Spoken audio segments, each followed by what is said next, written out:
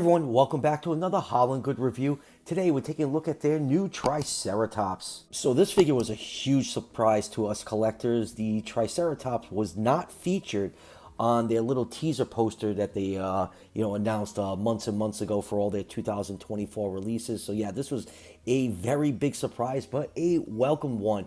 Now I ended up getting this figure off of AliExpress. It retails for around $40, and I'll leave a link down below in the description if you want to pick this figure up for yourself. So let's just go over the packaging really quick. We have Triceratops 135 scale on the side of the box, along with the HollanGood logo, and then we have the gray and the green version. I opted to pick up only the gray version. I usually pick up both versions of HollanGood figures, but once they start getting to around this size, I usually only pick up one. It's not because of the money, because the figures are very affordable. It's just coming down to display space on my shelf. It is getting very, very limited. And along the top of the box, we have all pictures of most of their herbivores, especially all their ceratopsians. Very, very smart marketing from HollanGood for, if you pick up the Triceratops, you're probably more inclined to pick up one or more of their ceratopsians. So enough about the packaging. Let's take a closer look at this figure, which I believe is probably one of the best 135 scale Triceratops figures ever made. And here is the gray version of the packaging, and this is an absolutely stunning looking figure. HollanGood knocked this trike out of the park. The paint apps are nice and crisp and clean. The head sculpt is absolutely gorgeous.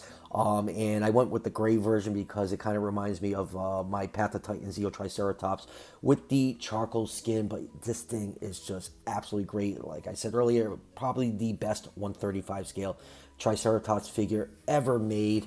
And the best part about it, most trike figures on the market are after the species Triceratops horridus. This one, I believe, represents Triceratops prorsus because of that forward-facing nose horn. So that is a big bonus for this figure because, like I said, most Triceratops figures in my collection resemble horridus. Really, really needed a prorsus, and HollanGood delivered. And for measurements, this figure is 9.5 inches long from the tip of the snout to the tip of the short tail, or 24.1 centimeters, and just about 4 inches tall to the top of the frill, or 10.1 centimeters. So Triceratops in real life is between 26 to 30 feet long, or 8 to 9 meters. I put this figure nicely in the 132 to the 137 scale range, so it's going to fit really nicely in your 135 scale collections. Now let's take a look at some of the finer details on this figure, starting with that drop-dead gorgeous head sculpt. They really knocked this head sculpt out of the park. Like I said earlier, the head shape resembles Triceratops prorsus. There's really no prorsus figures out there, so this is a huge plus for our collectors. It's mainly due to that forward-facing nose horn. And speaking of horns, the brow horns look absolutely fantastic. Just love all the sculpted details on the horn. It has a little bit of a black, wash over it to bring out all the details of the keratin sheet that would cover the horn cores. In real life, eyes painted yellow with a black pupil. Beak has a nice transition of black going to a yellow coloration. Nostril is beautifully sculpted in. You can see it's nice and crisp looking. You have a little bit of red around the nasal fenestra. And then going down to the jaw, you can see it has the lipless look, which is pretty much correct currently for ceratopsians. And I love how the scales around the mouth are sculpted very small and fine, because there'll be a lot of movement around the mouth with it opening and closing. As you get towards the back of the jaws, the scales get larger. That is a very, very cool detail. Along the top of the head, you have kind of this keratin sheath look from the nasal horn up to the brow horns, going to the frill. The frill does have scales on it. We do know now that Triceratops did have scales on its frill up until that point. Though it might have been covered in a keratin sheet. That is currently untrue.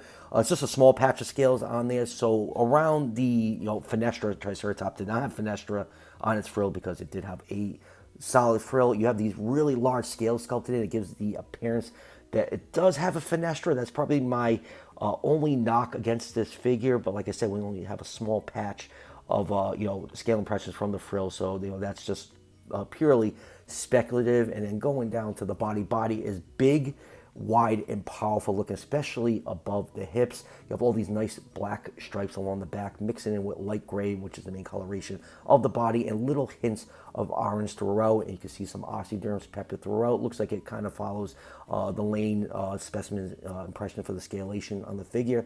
Going down to the front legs, all three toe claws that should be painted in are painted in. HollanGood's kind of been up and down with that. Like their previous release, Triceratops, all the toe claws were painted in, which was incorrect. Glad they fixed it for this trike. Going to the hind legs, all four hooves are painted in with nice black paint, very thick and powerful hind legs. And then going down to the very short tail, you have more of that striping, mixing in with the light gray and flipping the figure over. We have nice undersized sculpted beautifully, and look at that wide open, gaping cloaca slit. Someone had fun last night. So yeah, all around, this figure is absolutely breathtaking. It is one of my favorite Triceratops figures of all time. Moving on with comparisons, here it is with Collecte's 140 scale human to really put into perspective what a large animal Triceratops was. Next up, we have a few trike figures from other companies. We've been very fortunate over the years that we've had a lot of good Triceratops figures on the mass market. This is just a small sample of them. Triceratops is one of the most popular dinosaurs of all time, so there's a ton of trike figures out there. This is just a few from my collection that I always regard as a good scientifically accurate 135 scale versions of it. So first up, we have Safari Limited Take, which is a great figure, especially for the price. That one actually incorporated the Lane impressions into the sculpt. Yeah, a little bit oversized, but hey, it's Safari.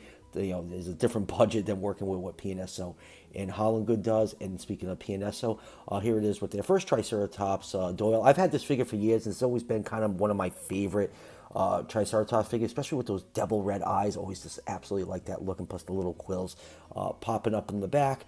And then another PNSO. This one's based off the American Museum of Natural History Triceratops. And speaking of that Triceratops, for some reason, every time I see that mount, it just bothers me. It just doesn't look like Triceratops to me. I kind of like every other Triceratops mount except for American Museum of Natural Histories.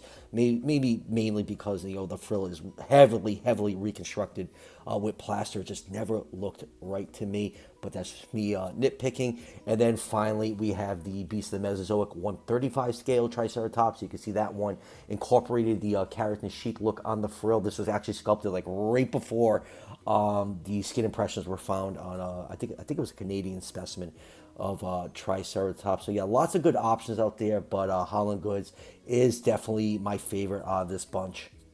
And we can't talk about good 135 trike figures without Eofaunas. Almost forgot about that. We had so many figures out in my room for these comparisons. This one got lost in the shuffle, but here it is with Eofauna, which is an absolutely excellent trike figure. And next up here is a very large group shot of all HollanGood's current ceratopsians. We right now have 9 species from them, with 3 more on the way. Still waiting for the Ionosaurus, Utaceratops, and Styracosaurus. I'm sure they'll probably be released by the end of the year. But this just goes to show you the large amount of species this company has given us in just 2 short years. Absolutely phenomenal. So going from left to right, we have Diabloceratops, Chasmosaurus, the recently released Xenoceratops, Pentaceratops, Cosmoceratops, what we're reviewing right now, Triceratops, Pachyrhinosaurus, their first ceratopsian, the Pseudoceratops, and Sinoceratops. Next up here is a group shot with just various other HollanGood figures. We have their Carnotaurus, Stegosaurus ungulatus, the massive Camarasaurus, Daspletosaurus, and awesome looking Maiasaura. And lastly, let's end these comparisons on a Hell Creek 135 scale group shot. Oh my god, this Trike's horn is just like blocking like every figure I try to do in these group shots because they're so big. So starting from the top, we have PNSO's Torosaurus, a personal favorite of mine. Their massive Amontosaurus. And then we have the king himself, Tyrannosaurus Rex. That is Eofauna's take on the species. PNSO's Ankylosaurus and Pachycephalosaurus. So yeah, pretty cool that we have all these Hell Creek formation figures in 135 scale.